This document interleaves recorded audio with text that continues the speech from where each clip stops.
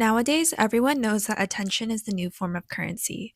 Advertisers rely on viewers for brand recognition, and content creators rely on engagement to make a living. Every social media app is made to make you stay on the platform for as long as possible because that's how they make their money. And the thing is, companies no longer have to take money from you to make money off of you. But your time and attention is a limited resource just as much as money is. And some people might actually argue that your attention is actually more valuable. It's a market in itself, generating over $853 billion in global net advertising revenue in just the year of 2023. Psychologist and economist Herbert A. Simon asserted that a wealth of information creates a poverty of attention, underlying the information overload that we face and how difficult it is for us to tend to multiple things at the same time. There are many ways in which the system of attention is abused online, so in this video, I'm going to start off with some less serious topics and then lead up to some more serious concerns. The first topic I want to talk about is the use of rage bait and exaggerated techniques, especially when it comes to makeup and beauty TikTok. And I think we all know by now that this sector of TikTok is known for its fair share of drama and attention seeking stunts. The first person that comes to mind for me is Meredith Duxbury, who rose to fame around 2020 mainly due to her extreme foundation routine. This involved her rubbing in 6 to 10 pumps of foundation onto her face while lip syncing to various songs. Based on an interview that she did with Glossier, she claims that this is actually how she did her makeup and it wasn't intentionally done for her to go viral. She said that this is how she did her makeup because she didn't like her freckles, and I guess rubbing in the foundation with her fingers helps the product to not get absorbed by a beauty blender. Obviously, it's hard to say how much of this is really true, but it does seem like that she actually went out while wearing her makeup this way. But in any case, she clearly knew that showcasing this unique makeup style was working for her, and she gained millions of followers within a really short period of time. She also landed a deal with Morphe and came out with a collaboration collection, so these tactics were clearly working for her to gain more opportunities. Visually, seeing that much foundation on someone's face just looks wild, and you can't help but watch till the end to see if it'll actually end up looking good. Meredith incited both a lot of admiration for her beauty and makeup skills, as well as a lot of criticism for wastefulness, being unrealistic, etc. She doesn't do her makeup this way anymore, which I think is interesting. I don't think it necessarily means that she was faking the way that she was doing her makeup previously, but it does seem like it wasn't a sustainable or a necessary routine. At the very least, I can believe that Meredith's foundation routine might have worked for her, but this next girl I'm going to talk about, there's just no way anyone does their makeup like this.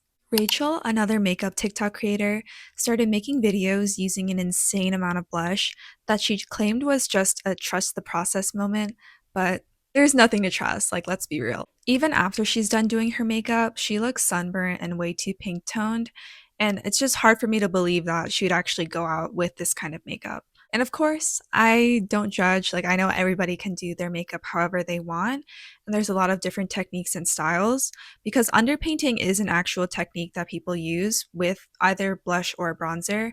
But at this point, with the amount and the color that she's using, it just ends up mixing into her foundation and making her look really unnatural. So with these videos, I have a lot harder of a time believing that this is just her genuine routine and that she goes out looking like this. I actually scrolled through her Instagram to see what kind of makeup she wears on the daily and if she actually wears her makeup with that kind of pink tone foundation. But when I looked through her Instagram, honestly, her makeup looks extremely balanced and I don't really see that much blush, and it just looks nothing like it did in her blush underpainting videos.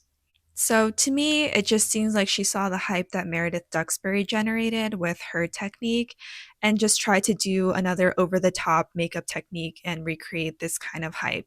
While she's not at the popularity level of Meredith, Rachel did successfully gain over 100K followers from doing stunts like this. Her content definitely performs more inconsistently though, with some videos getting hundreds of thousands of views and some only a few thousand. It's certainly nothing to scoff at, but it just goes to show that it takes more than one viral moment to continue to be memorable as well as likable to an audience. In the case of both of these creators, we also see that being famous is not just about being well liked, it also means being able to generate a lot of buzz, and that often comes with waves of criticism. I just wish that people could find better ways of generating buzz without being wasteful or dishonest. I don't know if any of you guys have watched the show The Influencer on Netflix, but that show kind of touched on a similar point to what I'm talking about. I'm also going to be mentioning some slight spoilers, so please skip ahead if you didn't watch it and if you intend on watching it. But basically, the gist is there are 77 top influencers in one room. But in the first episode, they have basically a voting system where they have 15 likes and 15 dislikes per person that they have to give out by the end of the round. And they have this vague mission that they have 2 hours to cast all of these votes on other people. So basically, everybody has to market themselves to their fellow influencers in order to be voted for. However, the twist is that some people start figuring out near the end of the game that winning requires any sort of attention, whether that's likes or dislikes. It's actually the people that have neither that end up getting eliminated. And I think that's very true to how real life and social media works. Influence is not always positive, and many top influencers end up being very famous either in spite of being problematic or actually because of it. On that note, the next topic that I want to talk about is overconsumption content. Now, I know this topic is already so talked about, but honestly, it's one of the main things that makes me not want to go on TikTok anymore. The entire platform has kind of just devolved into TikTok shop, undisclosed advertisements for products, and extreme hauls of items that the average person just does not need. Of course, I understand that everyone has their areas where they like to indulge themselves or splurge on items. For me, that's makeup, and I understand that people like to have a little treat themselves moment. But a lot of the content on TikTok has just evolved into full on shopping addiction and shilling up products so the creators can make money from affiliate links.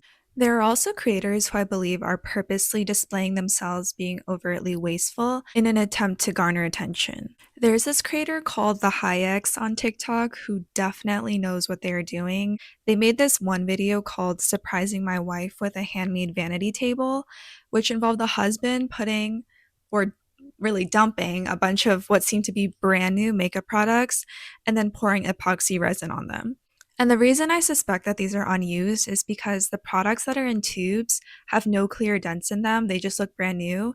And they didn't open the compacts, but they don't really look busted up or anything either. And there's several high-end brands as well, such as YSL and Dior. Some people in the comments were also arguing that this was a picky pad where you can take it out because it's silicone.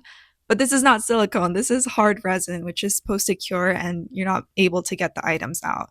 And of course, many people in the comments section were riled up because this is just an egregious waste of money and product just to make this table that doesn't even look good. What's worse is that they posted a part two to this vanity table showing that it didn't even harden properly. So instead of pouring and curing the resin in layers, which apparently I think is what you're supposed to do, they just poured it all at once and called it a day. That makes me really doubt that they made this table with the intention of using it because of the waste and the fact that they couldn't even be bothered to do the research about the materials they were using. They know that making people angry will give them attention because it worked. They got 34 million views on that video. This is a textbook example of rage bait, and it's a strategy that they use in a vast majority of their videos, usually in the form of insane materialism or waste of product. The Hayeks also have a $3,000 Sephora haul video, which is set up to be a